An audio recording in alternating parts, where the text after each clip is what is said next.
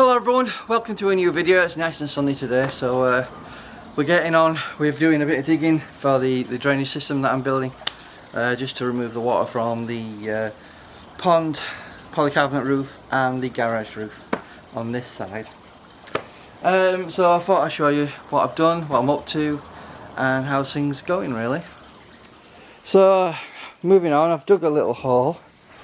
I need to get quite a bit deeper, and I think I'll utilise this twin wall drainage tube. I've dug out a bit more of the channel, and I've also just created a little dam here and put some cement in there ready for the actual mini drain that I'm going to put in. So I thought I'd just show you the mini drain, how it looks.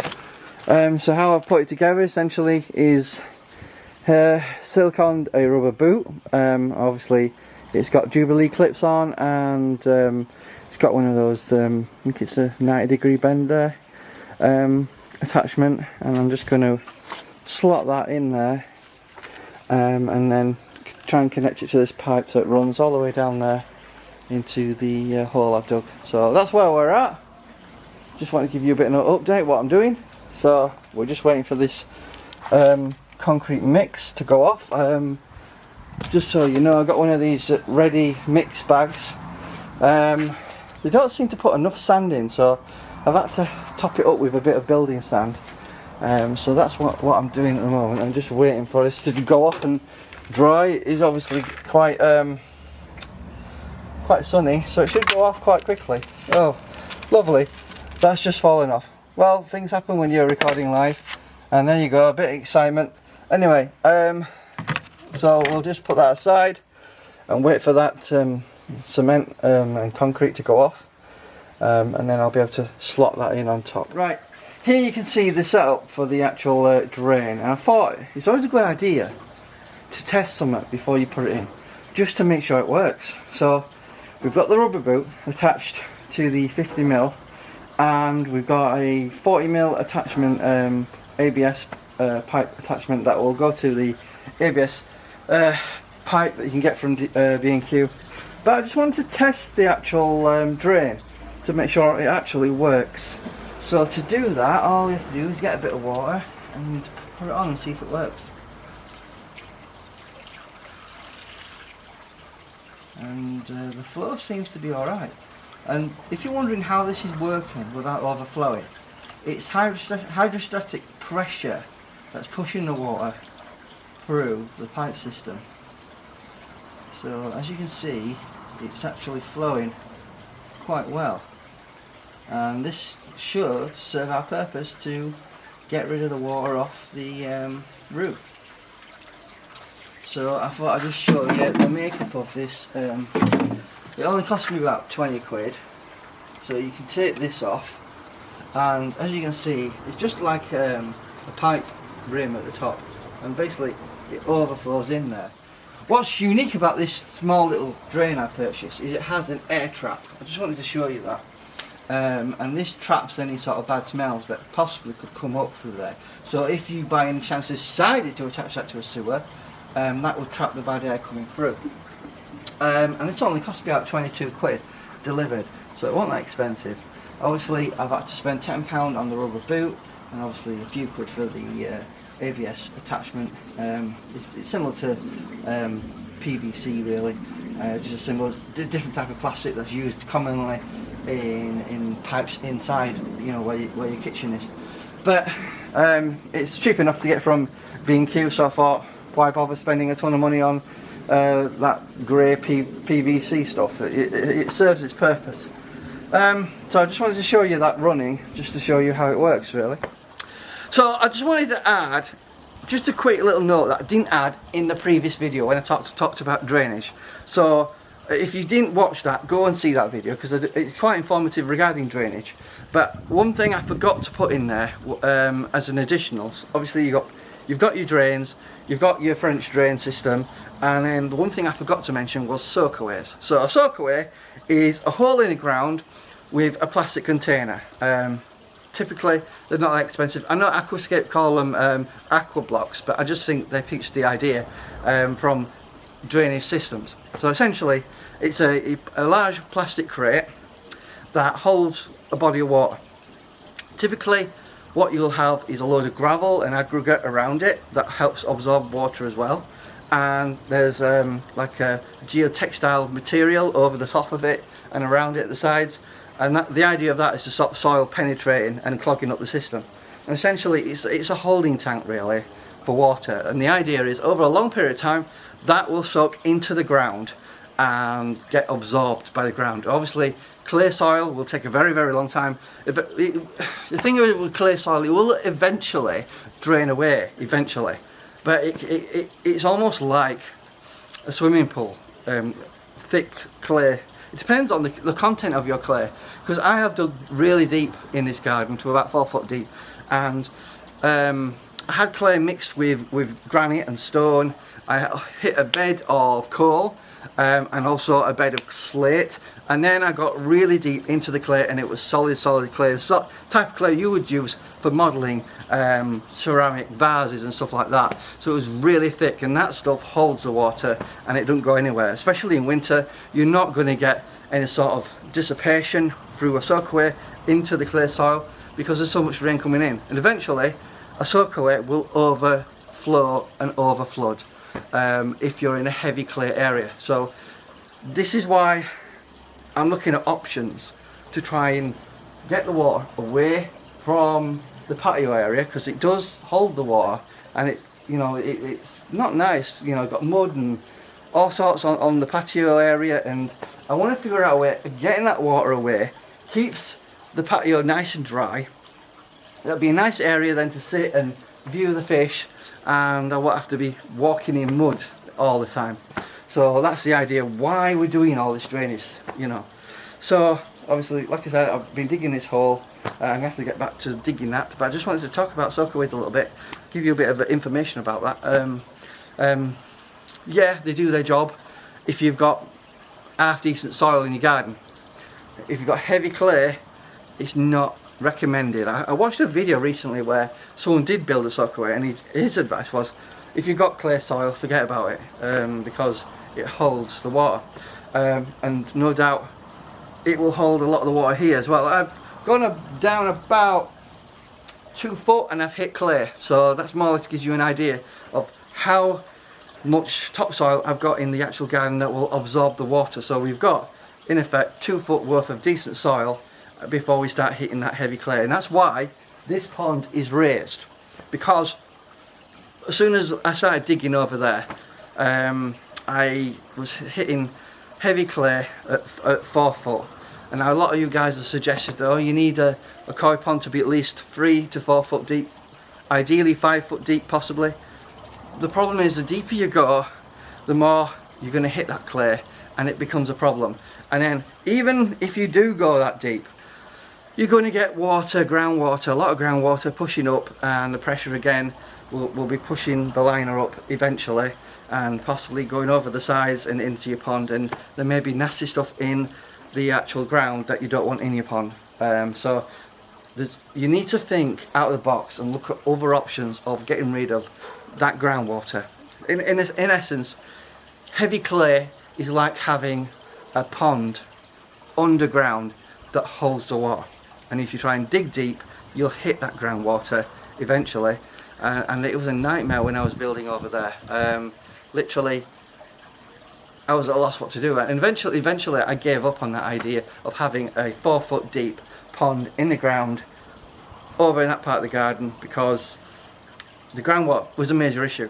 So over there in the sleeper pond, I did dig down to about 3 foot deep, but then I started hitting groundwater. So then what I decided to do was fill a foot of aggregate and sand and soil to absorb groundwater, unfortunately.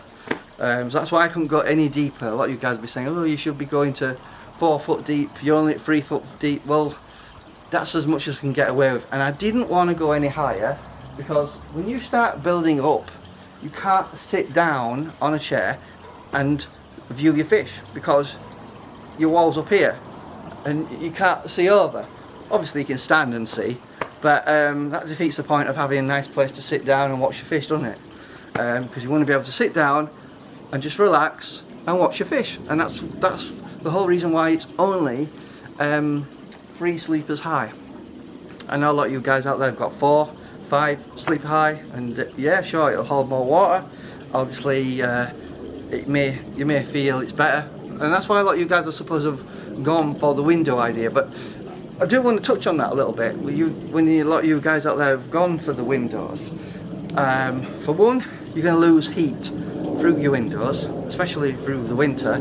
So you're losing, because, you know, believe it or not, wood is a good insulator. It's not as good as foam, but it does insulate your pond. So that's why a lot of you guys are getting insulation foam and putting it in front of the window.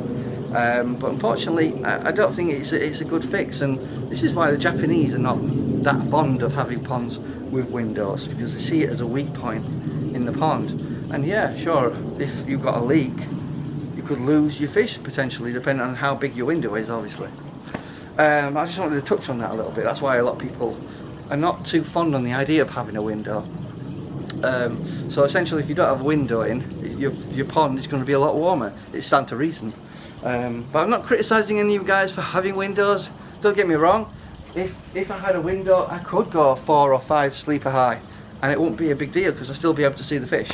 But you know, it's a lot of work sometimes. You know, sometimes you just want to get your pond finished and done and dusted.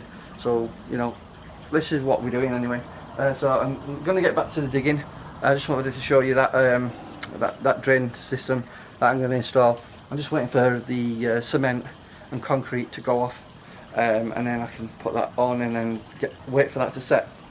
Thought I'd just show you where I'm at. So we're doing the French drain here, which basically is a pipe surrounded by gravel, and obviously you have some geotextile material that will allow water in but keep the soil out. So as you can see, I've more or less done that. It's just a matter of making sure there's a bit of a runoff that runs down here. I don't want it to be level or going uphill. I'll just show you what I've done with the drain there. I've mortared it in. I'll just zoom in so you can see. It's mortared in. Fused building sand and cement. I did put some concrete down, but I was having a hard time getting it level with that, so I decided to go the cement route. So today's Saturday, another day of hard graft. I thought I'd show you what I've been doing late last night. You know, the light started to fade around 6:30, I think it was. So without further ado, I'll show you what I've done. So I thought I'd just show you what I did late last night when the light was going. So we've got our twin wall mini pipe there, as you can see. It's fairly, I'd say about 1.5 feet deep. Filled in with gravel, stones, and we've got some hardcore on the top. So that will act as a soakaway as well. So what I'll do also, I'll drill some holes into the side wall of this pipe so the water will come up equally and get soaked up. So here we have the French drain system, which is 10mm gravel. We've used some ABS pipe from the local hardware store, B&Q, and drilled some holes in. That will have the effect of getting soaked in the ground as it travels along, and obviously not a lot is actually getting through here, which is a good thing. But I just wanted to show you how this French drain would work.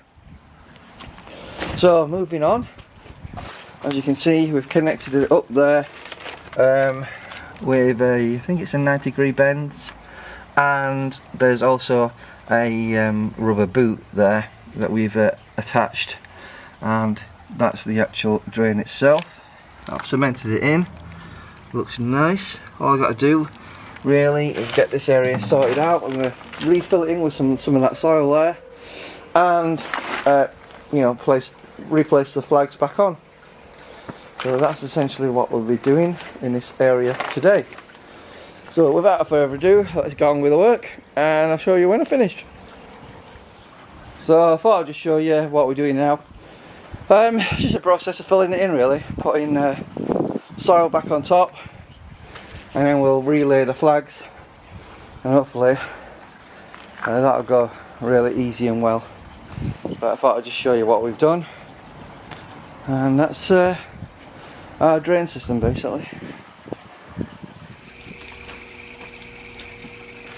Right guys, I thought you'd appreciate a demonstration on how this will work. So I've taken the trap off. This trap is to stop bad air coming up through if you were to connect it to a sewer, but I just want to show you how it works.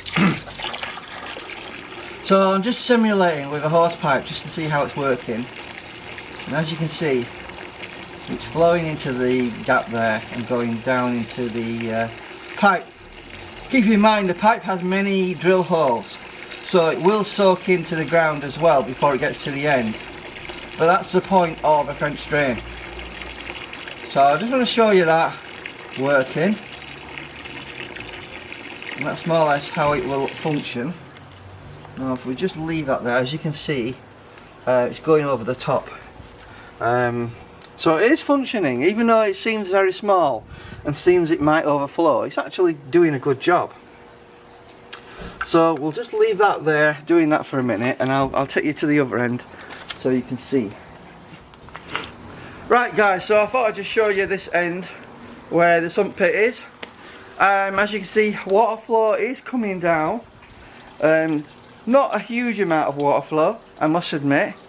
However, because there's so many holes in the pipe that goes all the way up to the top, a lot of that is soaking into the ground and only a small proportion is actually getting through. But that's the idea of a French drain, where the whole system is soaking up the water, not just the end containing part. So when we do get a lot of water coming into the garden, I'll obviously be able to drain that out when it gets full. And don't forget, it's not just this container area that's getting filled with water. It's the whole area here, where all your gravel, your stone, your hardcore will be soaking up the water, because obviously stone is porous, it absorbs water. So this whole area is actually the sump, not just this pipe area. Just remember that. So I just wanted to show you that guys, so you can see how it's working. And I hope this has been quite entertaining for you to see.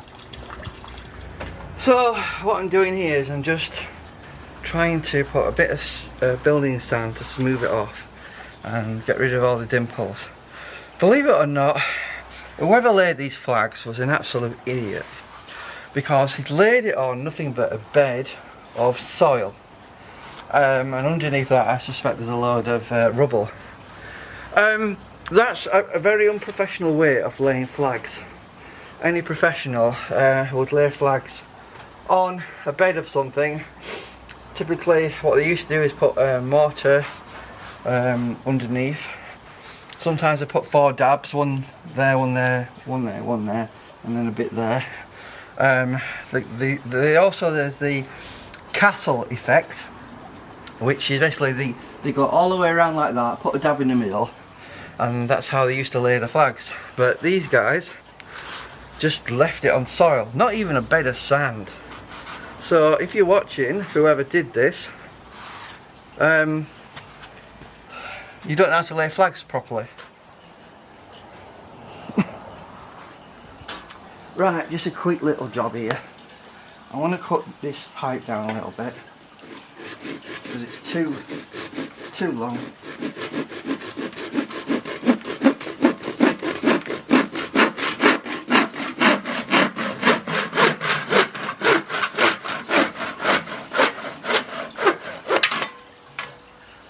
Right, because I want it just long enough, so if I want to get a pump in there, it'll fit in there. So that's what I need you to do. What I might do is silicone round that as well. Right, so I've got another drill here. This is my IKEA drill, and it's a bit small, as you can see. Should be able to get that in actually.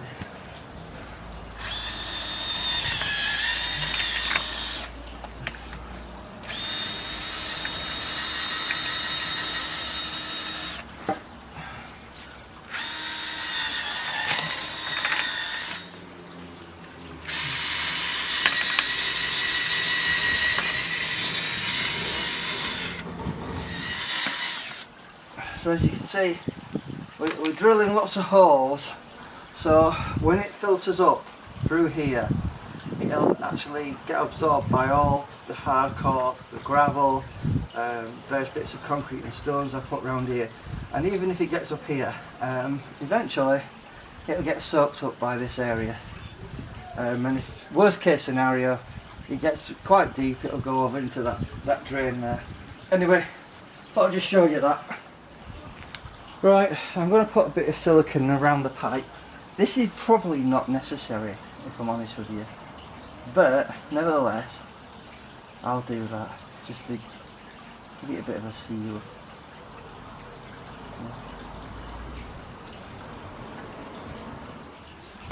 Dab on my finger, go underneath, big dab on my finger.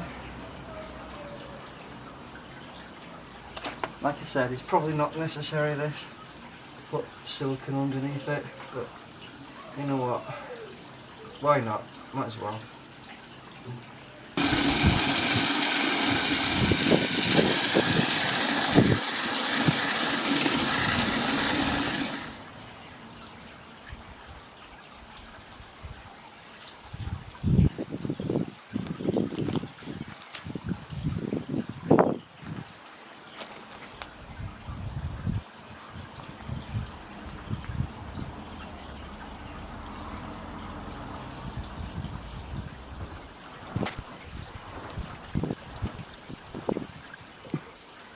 As you can see, the water is draining away in the twin wall pipe, so it's doing what it's meant to do, which is drain, and there's obviously a lot of holes in the actual pipe that will drain away into the ground. So I thought I'd just show you where I've got to with the flags.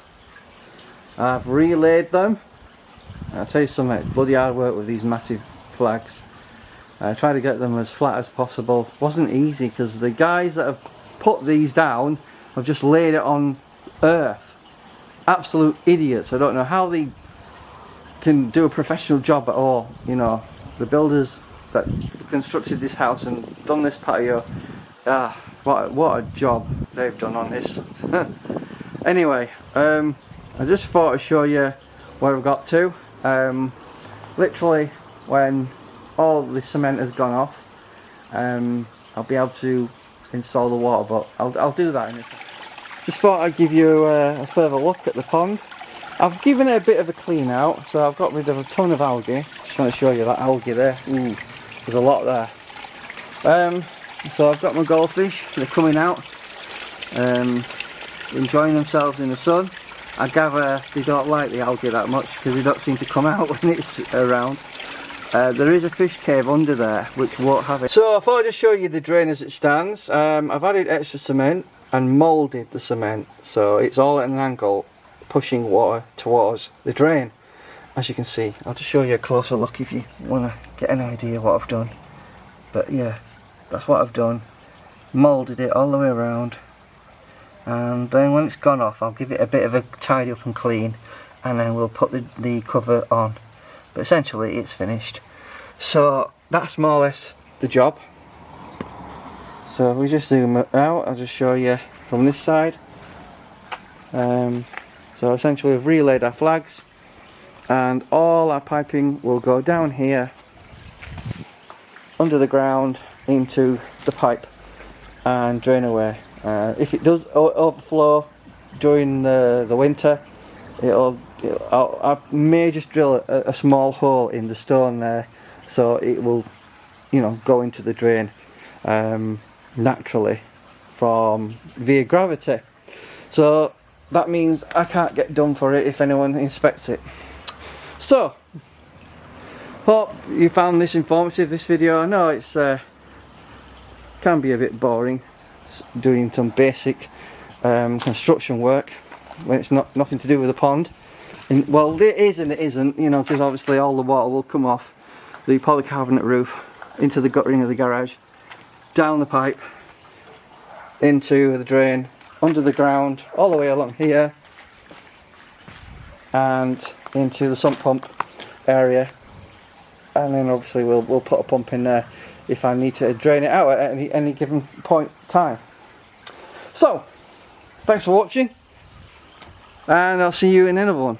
Bye bye.